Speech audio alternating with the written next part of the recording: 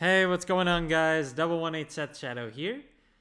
Let's go ahead and get into today's singles. We are just a few more days away from the release of Set 4, which is coming out on this Friday, Cosmic Mythos, which is bringing us some various different new types of play, and of course the Code Geass collaboration, which I am really excited for.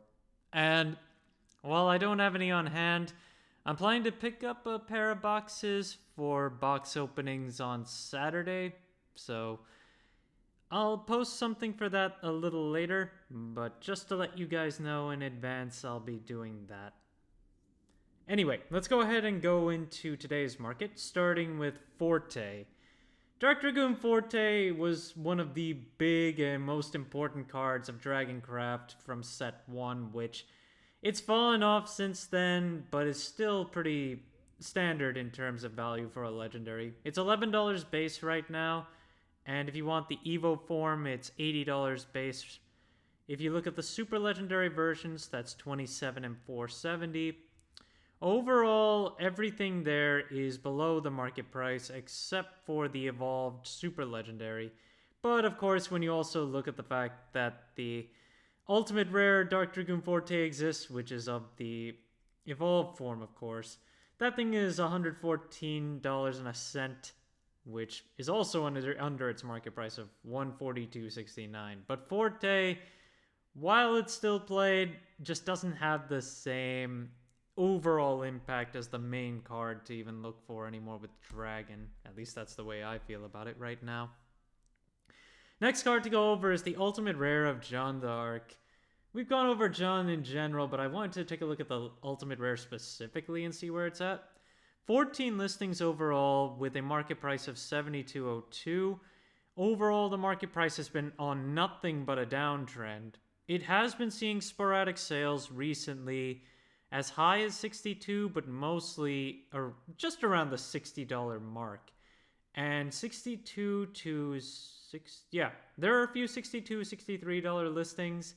We eventually get into the 70s, but we stay pretty consistent in there with the actual listings. So overall, I just don't see John really taking a real ramp up in price unless we see a lot more control variants for Haven start to take off.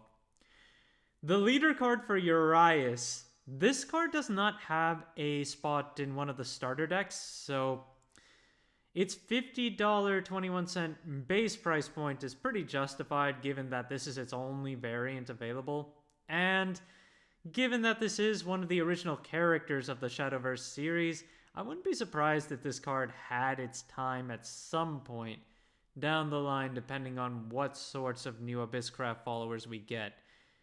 By the time we get Mono, or maybe even Vania Bat support, maybe this card could see some more value, given that Urias tends to be more associated with those characters.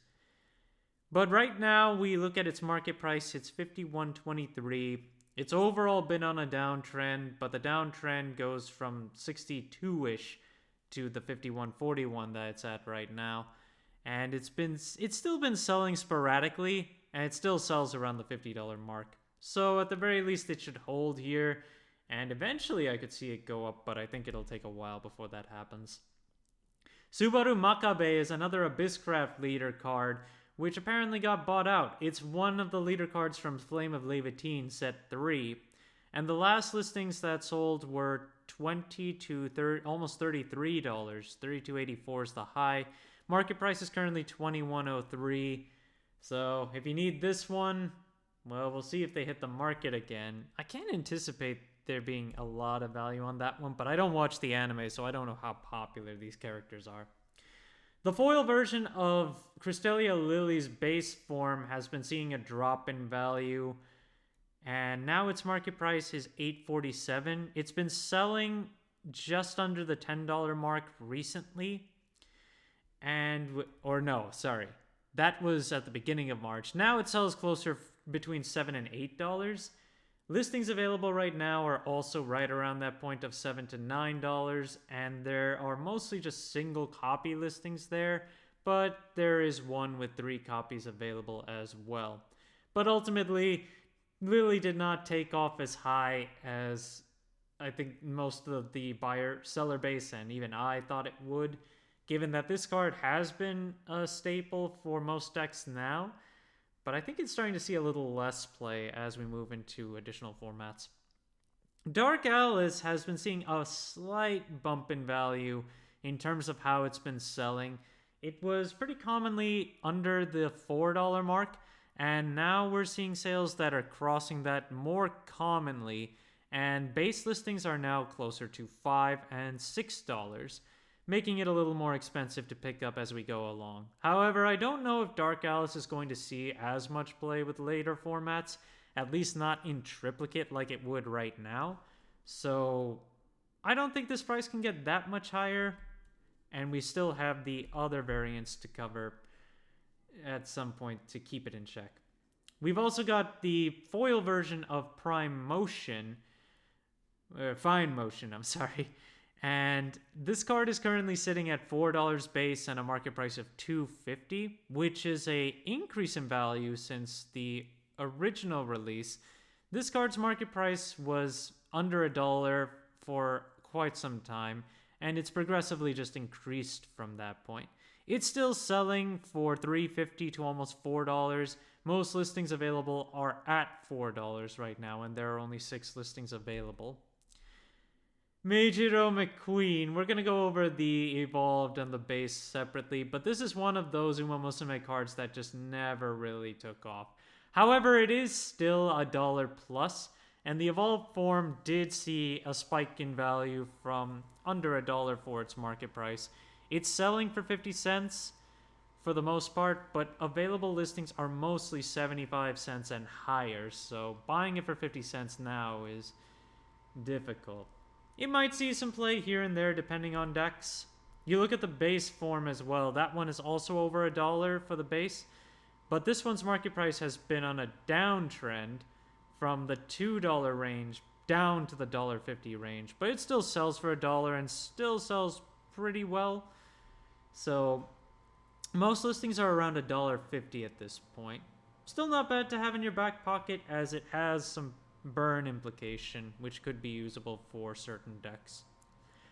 Now I want to take a look at the leader cards that come out of the starter decks, mostly as a whole, because something that I've just come to realize is that as the game progresses, if players want to play multiple variants of the same craft, players are going to have to consider just moving their leader card over from the crafts, but sometimes, at least this is something that I have trouble with, I tend to misplace my leader card a lot when it comes to switching them between decks and when I'm trying to sort all my stuff.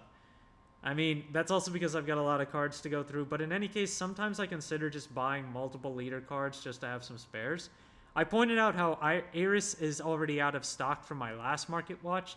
All the other leader cards are currently about $1 to pick up, but there aren't too many listings on the market. Erica's been the exception, which it's now at $3.50 base, market price $1.91. That one has always been a strange one, and I don't really know what else to say about it. But just keep in mind, if you want to buy these leader cards separately, there aren't too many quantities to pick up as singles. The promo version of Woodland Band is currently available for $3 base, 3 listings overall, and it's $3, $4, and $5 right now, with the majority of copies available at $4. 12 of them, which is interesting given that we're only 1 week into April right now, so how they have 12 copies of it already is pretty weird. In any case, the card has not sold yet, so that's also something to keep in mind. The winning promo of Maisie Red Riding Hood is currently on the market for $31, and right now it's only got one sell at $30 at this point, 3 listings overall from $30 to $40. I would anticipate that this one will go down with time, as Maisie's not really played, but as an alternate art, that does give it value if you like this artwork.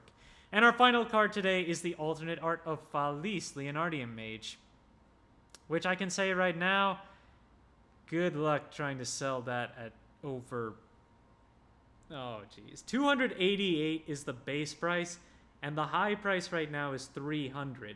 This is a hard to get promo from the tournaments, but the ratio would be no different from the alternate art version of Arya, which you saw how far that dropped. This thing, if this thing actually sells above 50, I'll be surprised. That's all I can say about this card. Thank you guys for watching. If you liked the video, please like and subscribe if you haven't already, and I will see you guys later.